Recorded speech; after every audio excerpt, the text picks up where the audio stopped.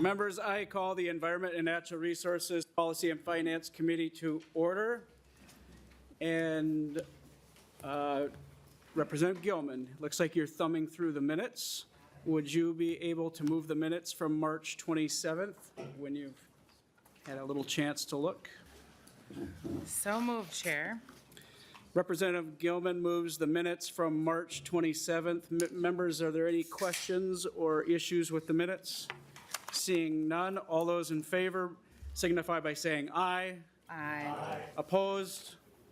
Minutes are carried from March 27th. Representative Nash, if you'd like to make your way to the desk. Since Chair Nash is not a member of the committee, I will move that House File 2824 be laid over for possible inclusion in a future bill. Chair Nash, if you'd like to go ahead and introduce. Yeah, thank you, Mr. Chair. So first, I want to thank my bipartisan co-authors. This is a true bipartisan effort. There are 2 Democrats, 2 Republicans on the bill. And if you spend any time on Minnesota lakes, like I do, smallmouth bass caught on Mille Lacs, you'll recognize that bass fishing, or fishing in general, is one of the great legacies that we have in the state of Minnesota. And this bill would simply remove the seasons that we have on bass. Now, I will admit, when I was first asked to carry this bill, I wanted to understand the biology behind all this, and I have testifiers here who can attest to the fact that, from a biology perspective, that the bass have plenty of time to nest and breed, and that there actually has been historic upticks in bass population in the netting that has gone on. But the practical value of this is, if you've ever been associated with some of the youth tournaments that you see in high school as a sport, this is actually going to increase their ability to have fishing days on the lake. Because when you have a season, you can't target a species, and if you can't target a species, you can't have a tournament that's focused on that particular species. So this time of year, you could have a crappie tournament, and that's not all that exciting, but a bass tournament would be. So the value of this will be secondary for our resorts and just for general commerce. If you understand that the resort region has suffered in years past, having the ability to go and angle for bass without a limitation of a season would be very helpful and beneficial for them. So it is a very simple bill and a very bipartisan bill. And if you've never spent a day on the water, I will tell you that there is nothing that cannot be solved by going out and dropping a line and doing a little bit of fishing. So, Mr. Chair, I have some testifiers, if you would be so kind. Looks like we have Mr. Holston up first. If you would introduce yourself for the record, you know the drill. Thank you, Mr. Chair. Members, my name is Mark Holston. I'm the Executive Director for the MinFish Sport Fishing Foundation and Coalition. We are a nonprofit organization that works and advocates for anglers throughout the state of Minnesota. Where our primary concern is, or issues are, wanting to improve fishing in Minnesota through proper management and quality management. We see this as a small step in providing the opportunity for anglers throughout Minnesota to be able to go out and enjoy the sport that they love.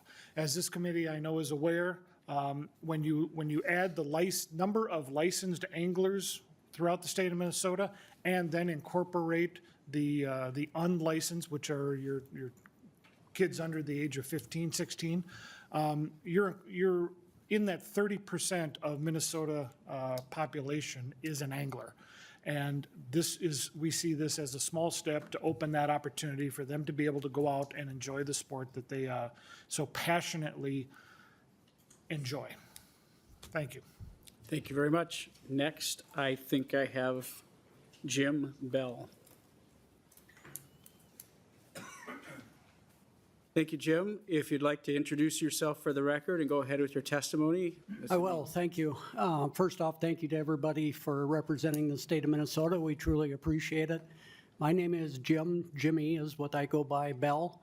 I am president of the Student Angler Organization in the state of Minnesota. We are a nonprofit that was started really to give youth anglers more opportunities across the state, but also, just as importantly, to get their parents out and going as well. As Mark stated, we've had great support for this whole effort across all avenues. The student anglers and the anglers of Minnesota certainly are supportive of this. We have pushed upon it for years, and we're happy to see it coming to fruition. We know that the Minnesota DNR and its leadership is fully supportive of this. We also know that MinFish, as he mentioned, the advocacy group for the state of Minnesota fishermen, is fully supportive. The Mille Lacs Band and the Leech Lake Band are fully supportive of it. And certainly the data and the science shows that the impact is not there. So one way to look at that is truly to look at a survey that was done or analysis did for the DNR just recently. It took 53 years worth of data. So that's really netting and things like that to really count the amount of bass that are in the state. Over those 53 years, on average, largemouth bass per year has increased by count by 4.5%, smallmouth bass 3.4%. So every year we've seen an increase, which is pretty amazing. The one tie-in that I really want to bring in is the student angling side of it, as people have said. We've seen a huge increase in student angling in the state of Minnesota, which is just absolutely awesome. The more we can get people outside, and I think part of it is due to the new cool thing in schools is the outdoors. And keeping people in the outdoors really is a great way to introduce ethics and things that I think are very important. So we've seen that increase for 5 to 10 years, and probably not any more than we saw over COVID.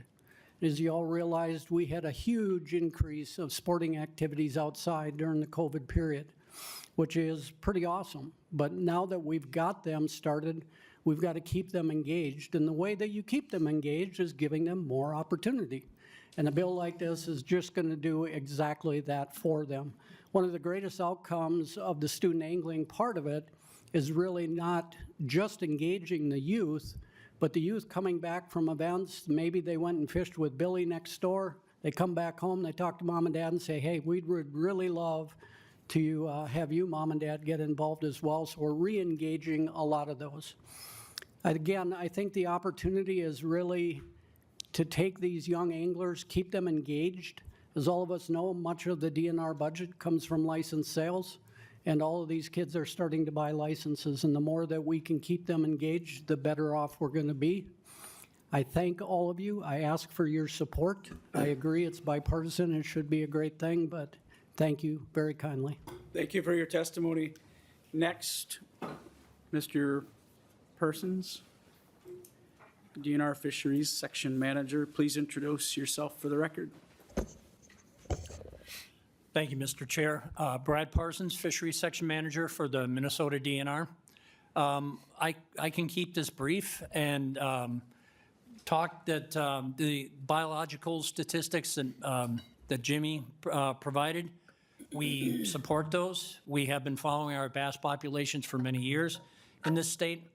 Currently, bass actually are spawning more into May and June as opposed to March and April when this proposed fishing season would occur. And so there are really no concerns about interfering with bass. Bass are doing quite well in this state and throughout the upper Midwest. And we see this as an opportunity to provide more angling experience for people with no biological risk, particularly given the fact that in the spring, the water is cold, fish are fairly shallow, hooking mortality with catch and release would be extremely low, and we see no biological reason. We have looked very closely and worked very closely about the biology of this, and we feel comfortable that this is something that can be provided to the anglers with no conservation risk. Thank you very much for your testimony. Anybody in the audience today that would like to testify to the bill? Seeing none, members, questions, Representative Purcell. Thank you, Mr. Chair. To the bill author, so what would the season be if I am going to get a license? Is it on the calendar year? Maybe this is a DNR question. Thank you. Chair Nash, or your testifier? Mr. Chair, I'll let the testifier handle it. Go ahead. Thank you, Mr. Chair. Yes, our license season begins March 1st and runs through the end of the following February. So with this, it would really, all it would change would be allowing angling from the close in February until the current opener, which is in the second Saturday of May. While we wait for other members that might have questions, I was curious, you did talk a little bit already about the increase in populations. And I think you said, or somebody did, and every year we've seen an increase. Maybe Mr. Bell said that, but Mr. Parsons, you could address this very easily, I'm assuming. Is there any factors that we're specifically attributing to the increase in populations? It could be just good management, could be fishing itself. People are releasing more frequently. What do we know? Yeah, one of the things we do know is that bass are harvested very rarely by people, and that has been very continuous and expanding over the years. We also have system change in our lakes in terms of clear water, which favors species such as bass, and longer growing seasons, which also favor warm water or cool water species such as bass. So it's a combination of many things. We do maintain in certain places special regulations for bass. Those are meant more for quality and larger fish as opposed to the numbers of fish. Appreciate that answer. I would just say anecdotally, as a bow fisherman over the last decade, I felt like there was more and more bass that we would see while we're out and in the night, in the dark of night, Representative Hansen, targeting some of those species that are legal for harvest bow fishing. And yeah, it's incredible how many bass are there as we're looking for carp, common carp, and other species. And I guess I'm not surprised to hear today that there's been a statistical increase that has shown up as well, but interesting information. Members, any other questions? Representative Hansen.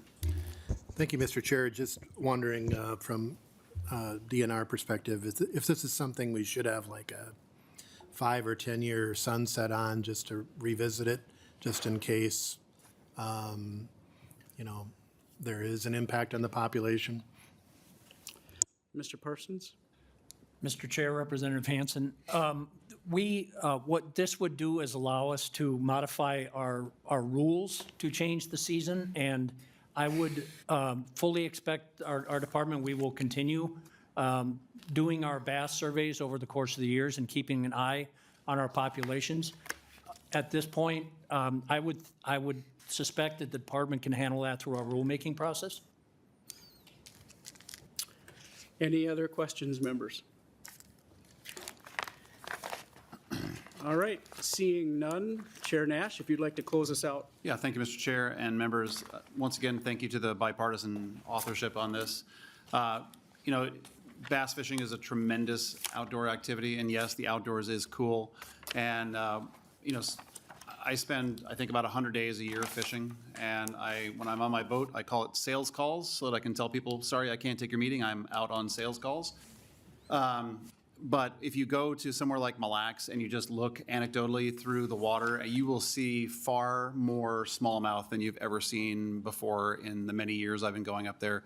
It is a tremendous fishery, and what this bill would do would allow more people to really be able to experience the fish of a lifetime, because a smallmouth on an ultralight is probably about the best type of fishing you're ever going to do, because it's an incredible ride.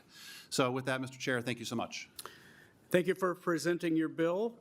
With that, additionally, the bill is laid over. Members, next up, House File 623, Swedzinski, if you would make your way and present your bill. I will move that House File 623 be laid over for possible inclusion in a future bill, as you're not a member of the committee, Chair Swedzinski. And I think you have an author's amendment. Yes, Chair Heinzman, I have the DE1 amendment that would get the bill in the shape that I'd prefer the bill to be in. All right, I would move that 623 DE1, the author's amendment author's amendment to get the bill in the shape that the author would like. Any questions on the amendment, members? All those in favor, please signify by saying aye. Aye. Opposed? Chair Swedzinski, to your bill, as amended. Thank you, Chair. Thank you, members of the Environment Committee. It's an honor to be in front of you to present House File 623. House File 623 is a simple repeal of law that eliminates the shotgun zone in the state of Minnesota when it comes to deer hunting. Currently, the state is really a world of two worlds. Kind of north generally of I-94, the deer hunters across the state enjoy the use of a rifle. And south of 94 approximately, the use of shotgun and pistol is generally used for the taking of deer. As technology has changed, aspects of hunting has changed quite dramatically. Just visiting with some sports shops just in the last day or two in asking kind of where are your sales when it comes to the technology that is out there, and a vast majority, almost 60 to 70 to 80%, depending on which shop you're talking, a vast majority of procurement of guns being used for taking of deer is a pistol calibered, or rifle calibered pistol. And so whether that be a bolt action, a semi-automatic, or whatnot, a lot of folks are making that choice. And this is a simplification of technology that's already been out there. A lot of folks are already using the particular calibers that would be impacted. This bill simply talks about the length of the barrel. We've got the amendment that we just passed. I appreciate that. The D1 amendment primarily changes. There was two counties that were particularly concerned about this. This gets them a carve out essentially, but it does ask them to just make movement as they learn about how it's impacting the counties around them. If they choose to continue the carve out that the shotgun only in the Olmsted and Dodge County, they continue to do that. If they decide not to, then they would simply be absorbed as the rest of the state. That's what the bill does. You know, it's also to encourage, you know, if you talk to a lot of the young hunters, in my family particularly, my wife too, would say that she prefers to hunt with a rifle calibered pistol because of the kick. And compared to a 20 gauge or a 12 gauge shotgun, that is a much more manageable thing. And so to encourage youth, encourage young people, and encourage women to hunt, at least in my family, that's what I've heard, and that's what the bill does. And I certainly appreciate some good conversation and your support. Thank you. Thank you for your presentation on the bill, Chair Swedzinski. I see we have Eric Simonson to testify. Please introduce yourself for the record. Thank you, Mr. Chair, Chair Fisher, members of the committee. My name is Eric Simonson, and I represent the Minnesota Deer Hunters Association. We are an association of more than 11,000 members spread out all across Minnesota. We want to express our gratitude to Representative Swedzinski for authoring House File 623 and express our full support of the bill as we have done several years in the past. Although we do like the unamended version a little bit better, but we'll get into that, I think. House File 623 basically eliminates what is known as a shotgun-only zone, which encompasses a good portion of the southern part of our state, as was already explained. But I want to tell you why we are supporting this change. This provision was originally put into law to minimize the impact on the wild herd. At the time, shotguns were far less accurate than rifles and were limited to much shorter ranges. Today, the deer herd in this portion of the state only continues to grow. Today's shotguns can be every bit as accurate as a rifle, and any belief that they are not is simply not true. This change would allow hunters to use a rifle to take deer anywhere in the state, but for the amendment, anywhere in the state where hunting by firearm is allowed. Rifles often provide much less of a recoil than a shotgun, making it the preferred weapon of choice for youth hunters and others who may not appreciate the recoil impact of a typical shotgun.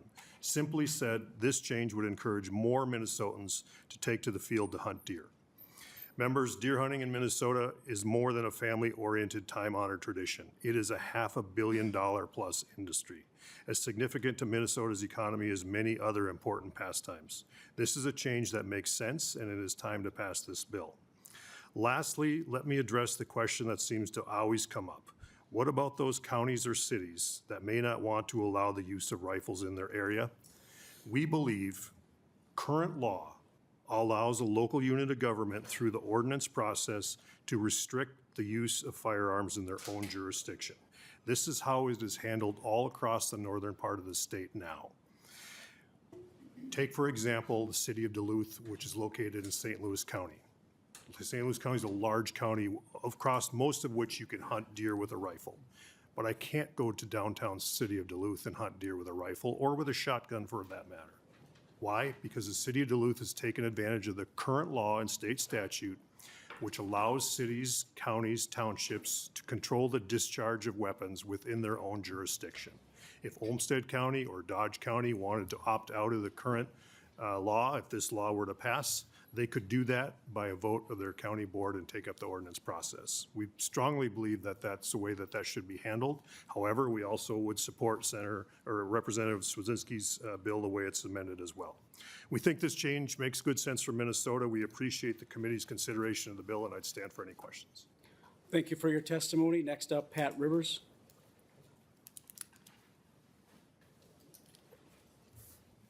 Or Assistant Commissioner. Even better. Mr. Chairman, members, for the record, Bob Meyer, Department of Natural Resources Assistant Commissioner. Speaking here for Pat Rivers today, had another conflict. We all know we've been talking about the shotgun zone for several years now. I appreciate Representative Swedzinski bringing the bill back again. It's really not a matter of safety. The shotgun zone was first created because it was much like fishing in a barrel, so to speak, shooting deer with a rifle in some of the flat zones, so that they thought they'd go to a shotgun. The safety is not an issue. In fact, what we'd see is rifles are allowed in these areas of the state year-round, even at night, to take coyote and fox. And the safety really relies on the user. As everybody knows, the first rule of firearm safety is knowing what's your target and beyond, keeping your finger off the trigger until you're ready to shoot and being responsible for where that cartridge is going. So we feel that this is time for a discussion. Other states have done it, and we look forward to work with the legislature on this issue. Thank you. And is there anyone else in the audience today that would like to testify on the bill? Seeing no hands, I will move to member questions. Members, any questions? Representative Finke. Thank you, Chair Heinzman and Representative for your bill. I just have a question about the exemption language. It appears to me from this that only Dodge and Olmsted counties are eligible to have an exemption. Is that correct? Representative Swedzinski. Chair, Representative Finke, that is correct, yes. So, Representative Finke. thank you. It seems strange to me, I guess, to say that other counties may wish to next year be exempted from this and not be eligible. Am I reading that right? Like if another county decided this wasn't going the way they wanted it to, but they're not eligible counties, they could not exempt themselves. I would just remind members that we did hear in testimony that there are examples of counties that have placed restrictions on these kinds of firearms-related issues. Representative Swedzinski. Chair Heinzman, Representative Finke, we believe that, yes, kind of as Chair Heinzman spoke, all counties have the ability to create an ordinance and exempt themselves if this was to move forward. So any county in northern Minnesota could currently pass an ordinance like this. But just from a conversations with county boards, these two particular counties had reached out, and so at the end of the day, it becomes an issue of enforcement. So if it's a state enforcement, so as we write counties into law, then it becomes a state responsibility, right? So the DNR officers are out passing and enforcing state law. If it's a county ordinance, then the counties would be the ones to enforce that. And so that's the big separation, and that's why we're really trying to be limited on the counties that we include in that, because of one, we've only heard from a few county boards that were interested in potentially having that carve out, but then also understanding the fact that we have limited resources from a DNR standpoint when it comes to this. You know, DNR obviously spoke on behalf of the bill, and if we have it in state statute that those counties are exempted, then those counties, then the state would be responsible for that complexity of enforcement. So as you're out in the field, you know, whether this this field or this group of trees is in one county and this group of trees is, our concern is that if we have too intensive of a patchwork, we not only increase the intensity to complicate the ability to enforce, but then who has to do the enforcement? So whether it's the county deputies, county sheriffs, or state DNR officers. And so that's why we have two counties. I'd have preferred that we didn't, but just, through the legislative process, trying to find, as we like to say, peace in the valley. That's why the amendment was drafted the way it was, and yeah, that's why. Thank you, Representative Finke. Representative Finke. Thank you, Chair Heinzman. And then to your point, we heard testimony about a city not being allowing hunting in downtown Duluth. I'm sure there are other reasons that you can't shoot deer in downtown Duluth other than the exemption rule from the shotgun ordinance. At least I would hope so. So I just want to make sure, I don't actually have an opinion. I'm neutral on whether or not we have a shotgun zone. I just want to make sure that it makes sense that we are doing it in a way that is fair. So I appreciate your response. That makes sense to me. And thank you. Representative Purcell. Thank you, Mr. Chair. So I see on the second page of the amendment, line 2.1, it talks about honor before March 31st, which of course was yesterday. So I'm wondering if this were to pass, when does this become law? And therefore, when is the first time the March 31st deadline would need to be Chair observed? Swedzinski or your testifier. Well, I believe as the amendment's written, it would, so even if the bill took place, so they wouldn't have passed an ordinance, it would be under consider. So once the bill actually becomes law, so this is just a bill, so it would be the next March. So if, let's say the bill is on the governor's desk between now and when we're sine die at the end of session, with all our budget bills passed and agreed to, then it would occur that next March. Representative Purcell. Thank you. So to clarify, this bill, if it is engrossed and becomes law, would not impact the deer hunting season of 2025, correct? Chair Swedzinski or Assistant Commissioner. Chair Heinzman, I don't believe it would.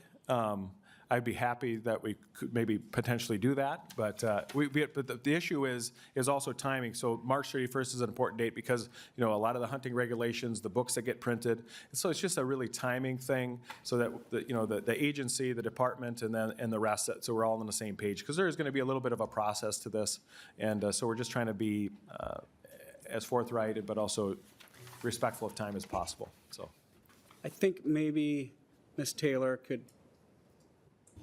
talk about this for a second, if there's any questions that remain. Mr. Chair and members, as drafted, there is not an effective date, so it would probably become law July 1st or August 1st, depending on whether it was in a budget bill. But I guess I would defer to the DNR whether or not through rules they could carry on as they would. Otherwise, it would be eliminating the shotgun use zone except for eligible counties for this season, unless they could somehow through rules carry Assistant on. Commissioner. Mr. Chair, members, Ms. Taylor, it's something we may need to work on. I think the language is clear the way it's written, that it wouldn't impact March 31st of the year the season is to occur. Obviously, the bill will pass this summer if it were to go. But we may want to look at an overall effective date as well. So the concept works. It's just when would it go into law? For example, if this were to pass, our regulations books would not contain that right now. So we would want to work with you to make sure it's not effective until the following deer season. So it would be 2026 deer season. Representative Godfrey. Thank you, Chair. Actually, Representative Purcell took care of my question. I think I just reiterate that we might want to get some clarification as to when this bill goes into effect. Like Representative Finke, I'm neutral on this. So just wanted to make sure that we tighten it up, make sure that everybody is on the same page, and then I think we can go forward. Thank you. Representative Falconer. Thank you, Chair. I guess my question, and thank you for bringing this bill forward. If this were to take effect, perhaps this question is for the DNR System Commissioner, how would it affect current hunting zones? Like, are they going to have to be redrawn for any safety concerns? And I guess where I'm primarily coming from is I grew up in Red Wing. just outside of Red Wing. And our family hunting property was one of these, farm fields, bluff areas, but was, in that kind of middle zone directly adjacent to residential. And whereas right now you could hunt with a shotgun across a farm field 400 yards away, no really concern for the houses, but then of course introduce the rifle into that situation, that then becomes potential for a dangerous situation. So in that case and others across the state, particularly in the southeast where we've got this much more intersection of residential right up to farming and hunting zones, is a DNR going to have to take a look at redrawing hunting zone maps out of safety concerns? Sure. Assistant Commissioner. Mr. Chair, members, it's a great question. Our deer permit areas are what we call those actual zones or areas. They're based more on population and roads and things like that, so I do not see a need to do this, but we do have the authority to adjust those by rule whenever needed. I don't see the use of a shotgun or a rifle changing that at all, just as we've seen. We haven't changed it due to CWD or anything like that either. So the zones are pretty well known by people, the roads, the boundaries and things like that, and they rarely move, so I don't think that would be a concern. Representative Nelson. Just one follow. I'm sorry, just hang on. Excuse Yeah. me. Thank you, Representative Chair. Falconer. Yeah, thank you, Chair. I've just, from my 30 years of hunting outside of Red Wing, we've noticed as housing has encroached that the zones have shrunk. And so I know like we're hunting zone 341, but the actual ability to hunt in specific locations within there shrink more and more due to safety concerns. Build up a neighborhood on a farm field, of course you're not going to want to hunt there anymore, nor should you. And so it's just one of those things that I'm just concerned. My area where I grew up hunting, where I would like my kids to, my friends and family that still live down there could see an erosion of their hunting lands. I'm not hearing a question, so Representative Nelson. Thank you, Chair Heinzman. And I think this might be for the Assistant Commissioner. Is there any data showing firearm safety accidents in the shotgun zone on either side of it? Are there any more accidents on one side than the other? In the Mr. firearm Chair, zone versus shotgun zone? Assistant Commissioner. I'd like to have Assistant Enforcement Director Robert Gorecki address that. If you would introduce yourself for the record, and if you have an answer for that question, please. Good afternoon, Mr. Chair. For the record, Lieutenant Colonel Robert Gorecki, Assistant Director for DNR Enforcement. To your question, no. We have not seen statistically any difference between firearms types, whether it's shotgun or rifle. As a matter of fact, over the last 3 years in 2022, we only had one firearms deer hunting related accident. That was with a rifle. In 2023, there was three. Two shotgun, one rifle, and then in 2024 it was 5, 3 rifle and 2 shotgun. Most of those, mind you, were self-inflicted accidents, getting in and out of deer stands, nothing to do with range and knowing where you're at, but certainly is a concern for all firearm types. Representative Nelson. Okay. Thank you, Chair Heinzman. Thank you for that answer to it. And it's good to know that it's, well, not that self-inflicted is any better, but at least it's, it's not a, it's not, I don't think it's really bringing up a, safety concern in that way. And I think one of the things, we, need to be reminded of, on the Agriculture Committee, we talk a lot about the deer depredation on our crops and things like that, especially in the southeast part of the state. There's potentially a CWD issue in that area. And, when the shotgun zone was adopted, it's been stated several times, this was to limit effectiveness. And, I think it has eliminated effectiveness. And, we've got a population issue in white-tailed deer because of this now. And I think it's, I think looking at the safety side of things, I think that while, yes, we do need to be concerned about it, I don't see that is an actual concern of really why we should not allow this. I think it really comes down to the population, and as we see the deer numbers continuing to increase, and especially in southeast Minnesota, I think that there's I think we need to up our game in essence of allowing harvest happen. So thank you for bringing this bill. Representative Swedzinski, looks like we've come to the end of member questions. Guess we have not. Representative Schultz. Thank you, Mr. Chair. What is the motion for this bill, Mr. Chair? That it would be laid over as amended. Thank you, Mr. Chair. I've just noticed around the table that I've heard a lot of strong neutrals on this bill, so I haven't heard anybody opposed to this at this point. And I'll just say, as someone who represents a district that is split between rifle zone and shotgun zone, and for me, I'm living the inequity that is this current policy. I live in the shotgun zone while my neighbors can shoot with rifles. And it's time that we bring about more equality. So thank you, Representative Swedzinski, for taking a strong step in the direction to move us towards equality. This is an area of passion. This is an area where the folks across my district and the vast parts of the state very much want to see this changed, and to move us in this direction is a very positive step. So thank you for working together with stakeholders to do that, and I look forward to seeing this bill through the process and without opposition, Mr. Chair. I'm just thinking, that we should consider moving this right to the floor.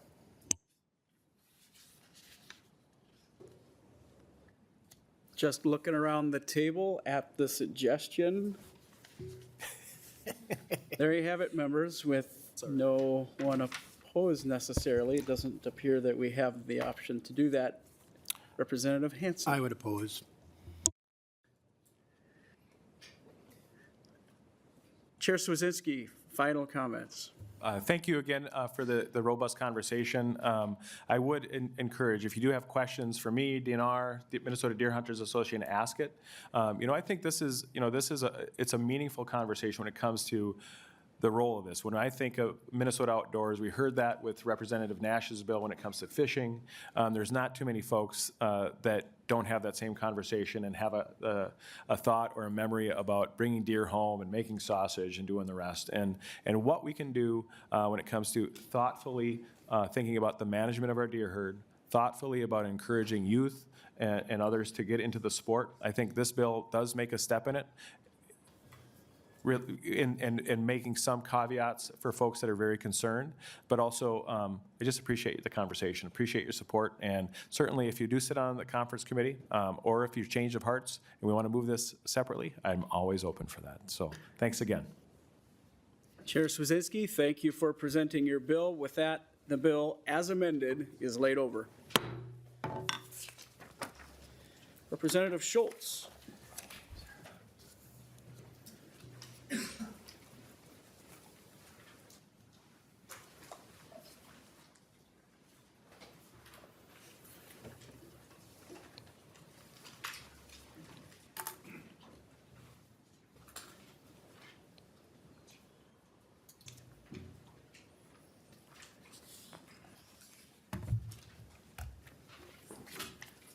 Representative Schultz, would you like to lay your bill over? Thank you, Mr. Chair. Yes, I would move to lay this bill over for possible inclusion in an omnibus bill. Representative Schultz, it looks like you have an amendment to get the bill in the shape that you would like. Would you like to explain your amendment and make the motion? Thank you, Mr. Chair. Yes, I move adoption of the DE1 amendment to House File 647, which encompasses changes to the bill and changes to state policy that are a totality of an ongoing conversation and specifically additional guidance that has been provided to me by the DNR to write this policy for the state of Minnesota. Thank you, Mr. Chair. Members, any questions to the amendment? Mr. Chair. Thank you, Chair Heinzman.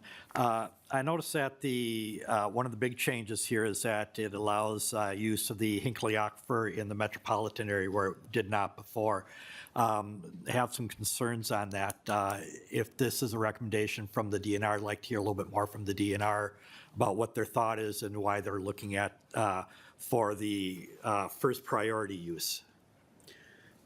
Representative, if you'd like the DNR to come forward and maybe add a little info on the amendment. Otherwise, if you have it covered, go right ahead. Well, Mr. Chair and Chair Fisher, I would just say, we're seeking to adopt this amendment to get the bill in the form that I'd like it, which is at the direction of the DNR.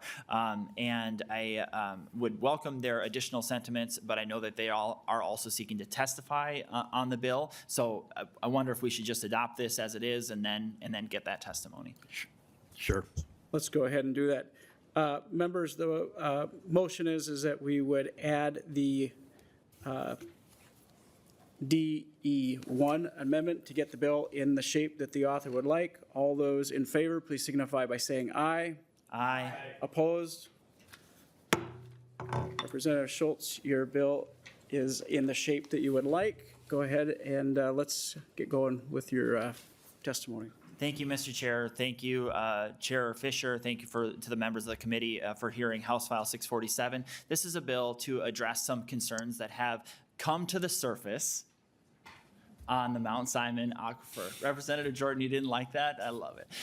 This is an opportunity, members, to address an issue and, frankly, an unintended consequence that has resulted from the most recent change or the 2021 change to this policy, which is to address the communities across the state where they don't have access to any other aquifer in their area, and to address the needs that they have. If there's a well that they need to drill, that they have that ability to work through the normal regulatory process with the DNR, and for the DNR to use this very narrow scope where there is no other water to provide access to water for those communities and for the citizens of the state.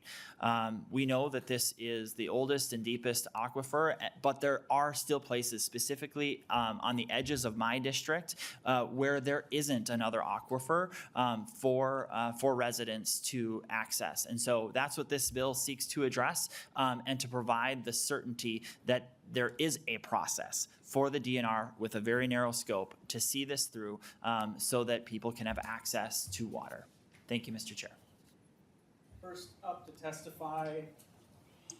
to testify, Minnesota Christmas Tree Association.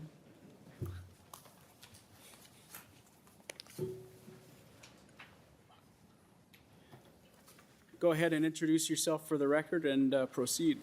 Thank you. Hello, my name is Ben Wolson, and I'm here representing our family Christmas tree farm that's been in business for over 50 years in Isanti County. We are currently the largest Christmas tree farm in Minnesota, and we provide Christmas trees to 30,000 families each year as a center for their Christmas celebration. We take that responsibility very seriously. I'm also here representing the Minnesota Christmas Tree Association and our 70-member farms as the current president of the MNCTA. Our crop is the original green product. We were green before it was cool. Trees are planted just like row crops each spring with the intention of selling them to eventually turn a profit. The biggest difference for us is that it takes 7 to 10 years before we eventually harvest that product. But as these trees are growing, they provide many environmental benefits. They help eliminate soil erosion, provide windbreaks, produce oxygen, provide wildlife habitat, and provide a natural beauty. Real trees are completely biodegradable and can be recycled and reused for mulch. On the flip side, fake trees go to a landfill after Christmas where they will harm the environment with dangerous chemicals for hundreds of years. So back in 2021, there was a law passed restricting drilling new wells into this Mount Simon aquifer. The way the law currently reads, we can only drill a new well for homes for drinking water and not at all for irrigating. Because our entire farm sits above this aquifer, it has been an extremely difficult few years for us to get water. The DNR did give us a 1-year permit to pump water out of a pond, but that is not a good long-term solution and not something they want to continue doing. We've also been running a water truck continually through the summer months, but this becomes extremely costly and labor intensive. Even with these limited options, we are not able to get all of the 80,000 fir trees that we plant each year watered adequately. Our planting stock costs us about $150,000 annually, and without water, this is money thrown away. Unlike row crops, our trees only need to be irrigated the first year that they are planted. And once they're established, they're good to go. And many of our species that we plant don't need much water at all. So we're really only irrigating about 1/10 of our acreage each year. Therefore, we come nowhere near the amount of water that's permitted on our old wells. We've tried to do things the right way over the last few years. We paid $2,000 apiece to dig 6 test wells to see if we could draw water above the aquifer, only to find out that only one of them was viable. We also paid $20,000 to put in a well, only to find out that it didn't produce any water. This was $32,000 we spent just in hopes of finding water, and this is not something that is sustainable for most family Christmas tree farms in our state. We are asking that you support this bill for tree farmers just like us that are wanting to continue in the greenest industry on earth. Thank you.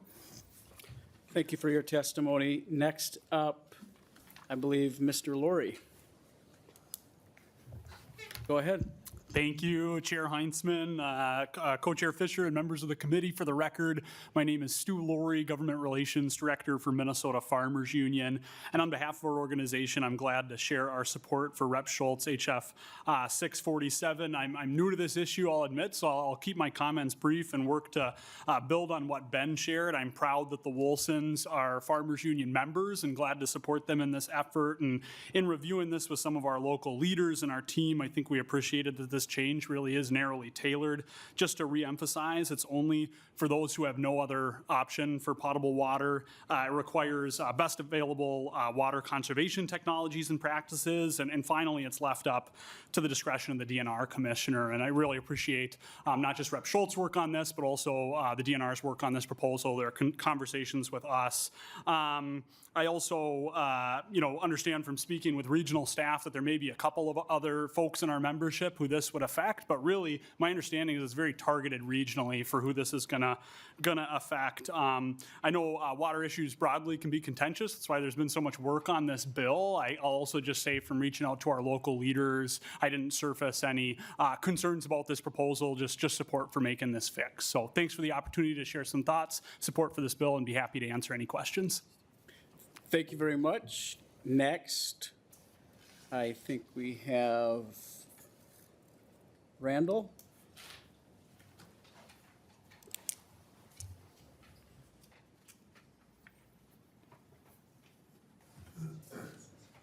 Please introduce yourself and go ahead. Thank you, Chair Heisman, Chair Fisher. Randall Doneen with the Minnesota Department of Natural Resources. I'm a section manager within the Division of Ecological and Water Resources. The Mount Simon Aquifer is a very valuable natural resource to Minnesotans. It's a very deep, old aquifer that recharges very slowly. Previous legislatures had recognized the importance of that and limited the use of that aquifer within the 7-county metro area. In 2021, those protections were extended throughout the full extent of the aquifer within the state, and there was an unintended consequence of that. The aquifer itself at the edges of the aquifer is the only viable aquifer source for a water supply. And so there is a geographic limitation to it on the edge of the aquifer. And this bill tries to address that exact limitation if there is somebody this is the only source they have there. And the changes that we've been working with the author on the change from potable water to domestic is really to align this statute with other important statutes that we have about the priority water uses. The priority water uses, we have 6 priority water uses, and the number 1 is domestic use. And domestic use is defined in rule, and so aligning where the potable isn't. And so potable, even you can kind of think about the dictionary term for it, but the statute does have a domestic use in there, and we do have a definition of domestic use. And so then that is the highest priority use in the state. And so we don't actually see that this would open it up any greater than the potable language did. It will allow priority uses 1 through 5 to use this water if this is in this geographic area where this is the only viable aquifer you have. The one priority use it doesn't allow is 6, which is non-essential uses. And we don't want this valuable resource to be used on any non-essential uses. And I think that was the main points I wanted to make. Oh, yeah, just, the Minnesota does have a really good laws around water use and what the DNR needs to evaluate in water use. And those, the sustainability standard in 103-287 is a great standard that we have to apply to any applications. And so we feel that it does a good job of protecting our resources. Thank you very much. Anybody else in the audience today that wants to testify on the bill? Not seeing any hands. Members, anybody have comments? Representative Finke. Thank you, Mr. Chair. Representative Schultz, for your bill, I would just be curious to get the take. I looked up priority uses 1 through 5. I can't help but notice that one of them is power production. And I can't help but also notice we are debating whether or not to have data centers that require a large amount of water. So I just would like to know, does this bill allow the DNR to take water from the aquifer and bring it to those data centers to produce power? Representative Schultz, or to your testifiers. DNR, go ahead. Yes, thank you, Chair. Thank you.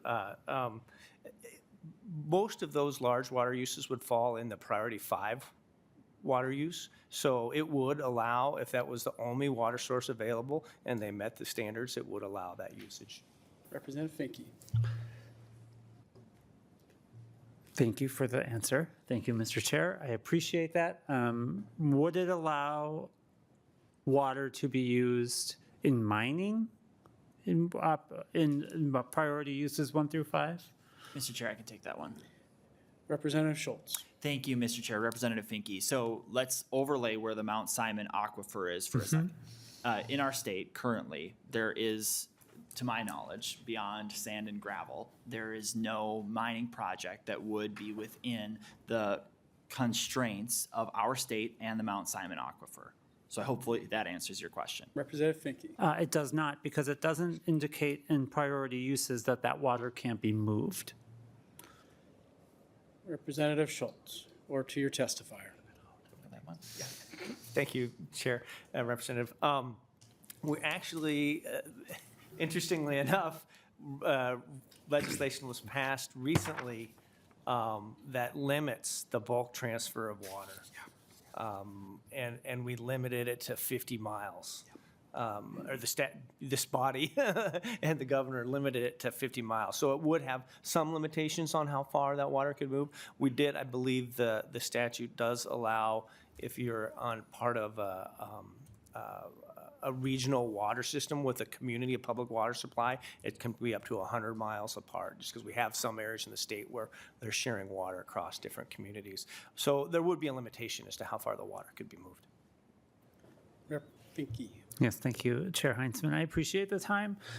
So just for the record, this bill would allow them to use, them being people who are requesting permits from the DNR, to use that water for potential data centers that may or may not be in front of the legislature this year, but we don't believe it would be eligible for helium mines or other mines. I just want to make sure I'm understanding, because this is these are very controversial pieces. I support the Christmas tree farmers. Thank you. I want to make sure we're not also supporting something we don't support. So thank you very much. I appreciate that. If you would go on the record there, that would be very useful.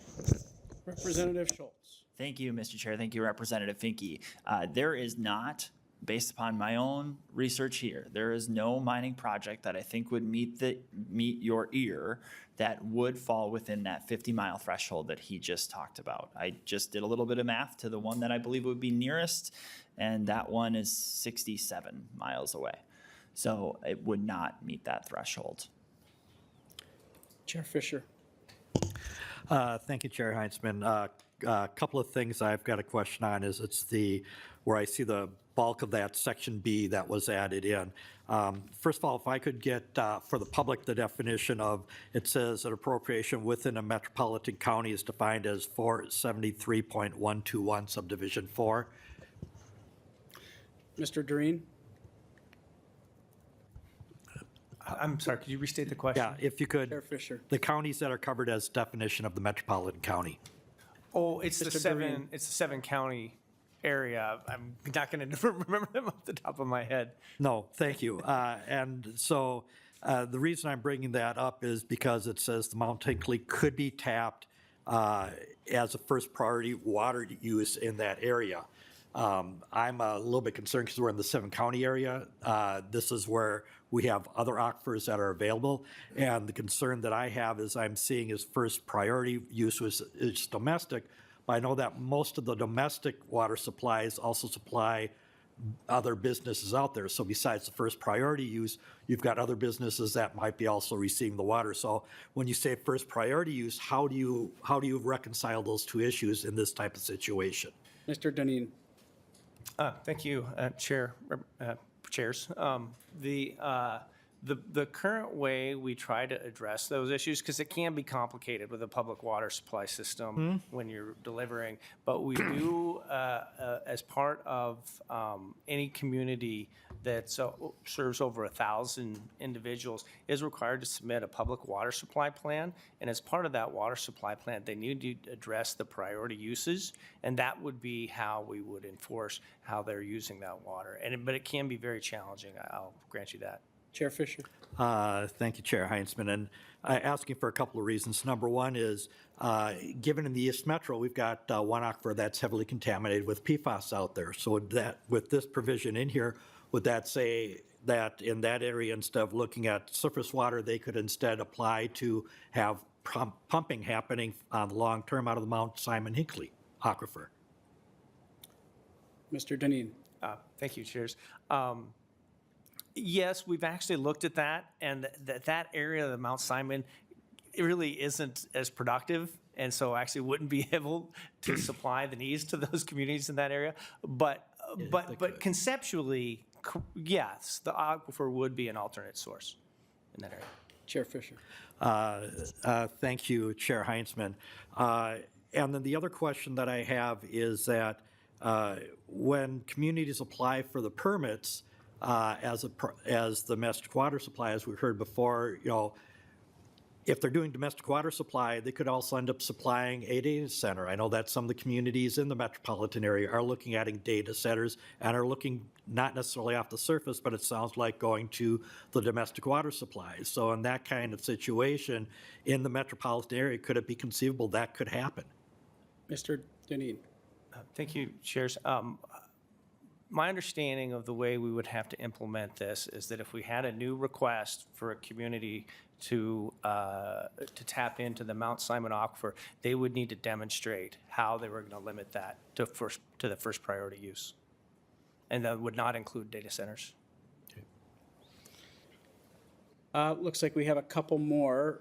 Representative Hansen. Representative Purcell. Thank you, Mr. Chair. I guess I have a question similarly to my backyard as co-chair Fisher. So I believe on the map that I was looking at that the southeast Minnesota, which is dealing with some nitrate issues in our different aquifers. So I'm wondering then if a community not in the seven-county metro area would be able to then tap into this for their drinking water as well, either private or municipally. Mr. Dineen. The way it's written is that it would need to be their only water source, and so if they did have another viable water source, they would not be able to.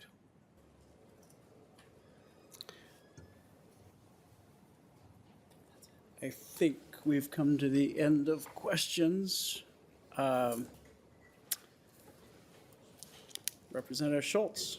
Thank you, Mr. You'd Chair. close us Thank you to the members of the committee for your intentional and good questions about this. I think that those are relevant conversations to have, and if there's follow-up that's needed for us to continue to work this through in coordination with the DNR, that's my promise to you that we will work together on those things. Again, my hope with this bill is just to provide the opportunity for those who don't have access to any other water source to be able to have that narrow scope to work through the normal regulatory process that the DNR has to obtain access to water. And I think that that's incredibly important that we address this session. Thank you, members. Thank you, Representative Schultz, for presenting your bill.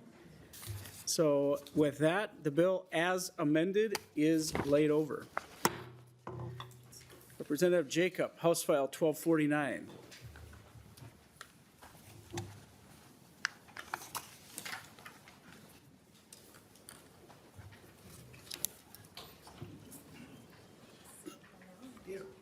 Please, have a seat.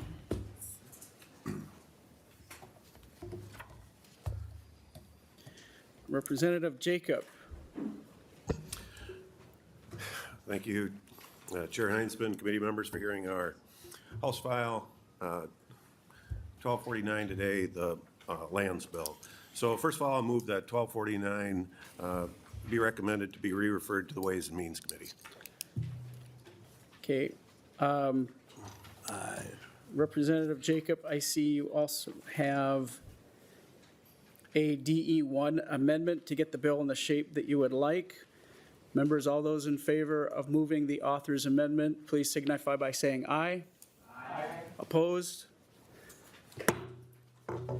Your bill is amended and in the shape that you would like. Representative, if you would like to proceed with testimony, go ahead. Yeah, super, thank you. I do have Lori Klein here from the DNR to kind of explain the bill, and then I will also have Mike and Jeanette Morath here to testify to the 58-acre contribution to the Carley State Park. So we'll start with Lori. Very good. Lori, please introduce yourself for the record. Thank you, Mr. Chair, committee members. Good afternoon. My name is Lori Klein, attorney for the DNR Division of Lands and Minerals. Thanks for the opportunity to provide testimony about the 2025 Lands Bill today. And thank you, Representative Jacob, for introducing the bill. Each year, the DNR proposes a land bill. The lands bill may include amendments to state statutes that affect administration of state land or DNR's land transactions. It may include changes to state park or state forest boundaries, authorization to sell certain lands, and the lands bill is also typically amended to include tax forfeited land sales proposed by counties. This year, the lands bill has 7 sections. 1 is DNR's proposed state park boundary change, and 5 sections are tax forfeited land sales proposed by certain counties.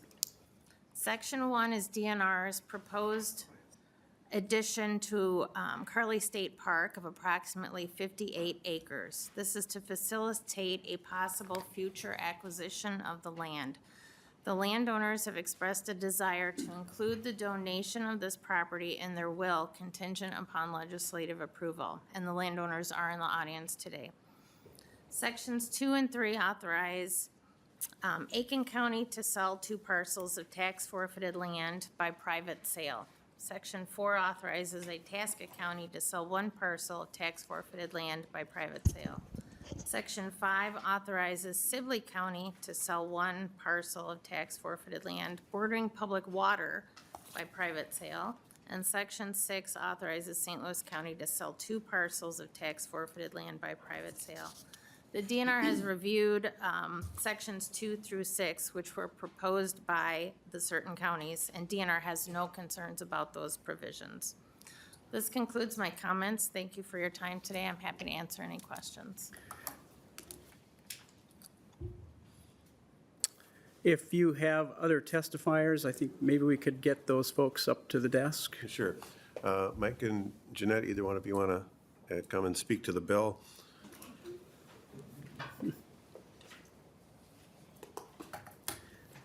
This is just a really good example of willing participation in our community to expand a real gem, the Carley State Park, and their contribution would border the Carley State Park. So go ahead. It's real simple. Just whoever's going to speak, introduce yourself for the record, and then go ahead. I'm Mike Morath, and semi-happy to speak to you here today. We weren't prepared to say anything, but I did. We met with the Senate, or we watched the Senate deal with the same issue a week or so ago, and I comprised a letter to a representative then explaining why we want to go through this process. It's longer than you want to hear, but I'll read an excerpt from it. Shortly after we acquired our property, a new landowner took over the parcel downstream from us. He clear-cut the woods, he put the tiller to the ground, he planted corn on the steep hills, never ever meant for such activity. After a few years of mismanagement, the farming failed, and the owner then sold the property to an individual who thankfully has respect for the land. Unfortunately, our children are not in professions that will require them to, they're in professions that require them to live in a bigger city, which renders it impractical for them to take over our farm. So therefore, upon our death, our property becomes a risk. The next owner could easily be an individual similar to the person who previously purchased the land downstream. And if not them, there would be future owners who may have the desire to rape the land. This is why it is important to us to gift our property after our deaths to Carley State Park. In addition to preserving the valley, I would love to think my hard work will be appreciated by park visitors for long into the future. And I don't think I'll bother you with the rest of that. The other important thing from a management position is wildlife corridors are very important. And our property sits between the Whitewater State Park and Carley State Park and provides extra corridor for the wildlife to use. Again, in the Senate, they were talking about mushrooms and everything else gathering. This is another opportunity for the public to take what our property offers. It is a trout stream in a beautiful valley, something that should be appreciated by many. I'll just quickly point out that this is quite a generous contribution to this region and to this area, and make sure that that's noted today. And if you would also like to introduce yourself, I apologize, I don't have your name in front of me. I'm Jeanette Morath. This is my spouse. We jointly own the property, subject of this. One thing to point out, the total that we own is 58 acres, more or less. And in order for it's our understanding, in order for the DNR to be able to accept a land donation, they first had to establish this boundary which encompasses our whole property. Now, likely the donation will not be 58 acres. Our residents will be exempted from that, but the DNR is very well aware of this. And if there is zoning in place in our township that would restrict that any, it will depend on what is in effect at the time of our deaths, because that's when this donation would come to fruition. So I just wanted to make that distinction. It's not the whole 58 acres. And depending on the economy of the world, it may be restricted further. But it is our intention to do this. Why? Because we've worked very hard and we've done well. And for the reasons he has already put forth, it's just something that we'd like to do to give back. Thank you. Thank you so much for your testimony today, and I'll just open it up to anyone else in the audience that may want to testify to the lands bill. All right, thank you. Really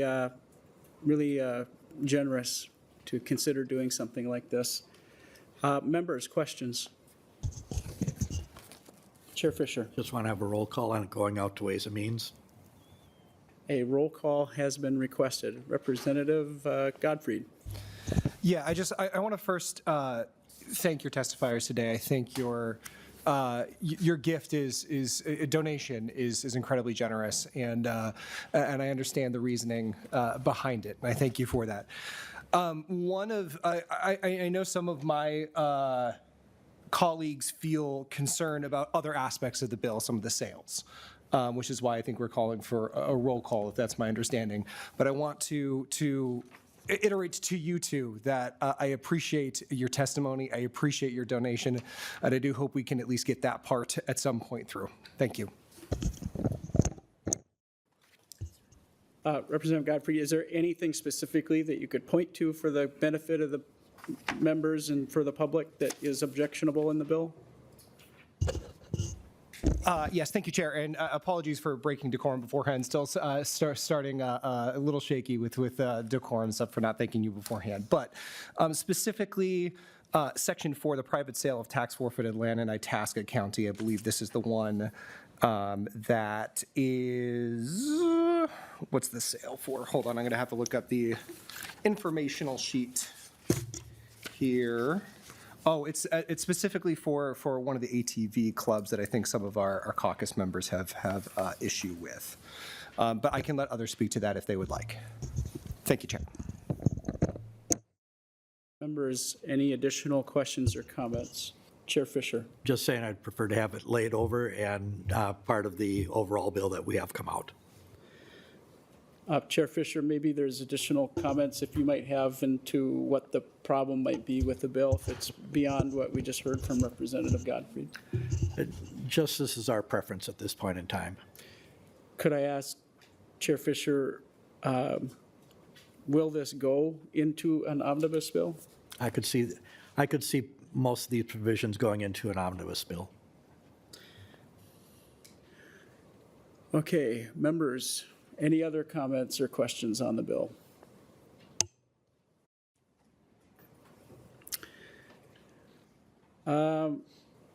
Representative Jacob, if you would like to close and then maybe renew your motion. Yeah, I'll just say first of all, it's a good bill. Does have bipartisan support. I had more signers onto the bill today from Democrat side. Thank you again to Mike and Jeanette here for the contribution of the land. And I just encourage support. And I'll renew my motion that House File 1249 as amended be re-referred to the Ways and Means Committee. I would just add to that, I believe you wanted it as amended, re-referred to the Ways and Means Committee? Yes, as amended. All right, thank you. And we'll take the roll. Chair Heinzman, Chair votes yes. Chair Fisher, Fisher, no. Vice Chair Burkle. Yes. Vice Chair Purcell, No. Representative Falconer, No. Representative Finke. No. Representative Gilman. Yes. Representative Gottfried, As written, no. Representative Hansen. No. Representative Jacob, Yes. Representative Jordan, No. Representative Nelson, Yes. Representative Schultz, Yes. Representative Warwas. Yes.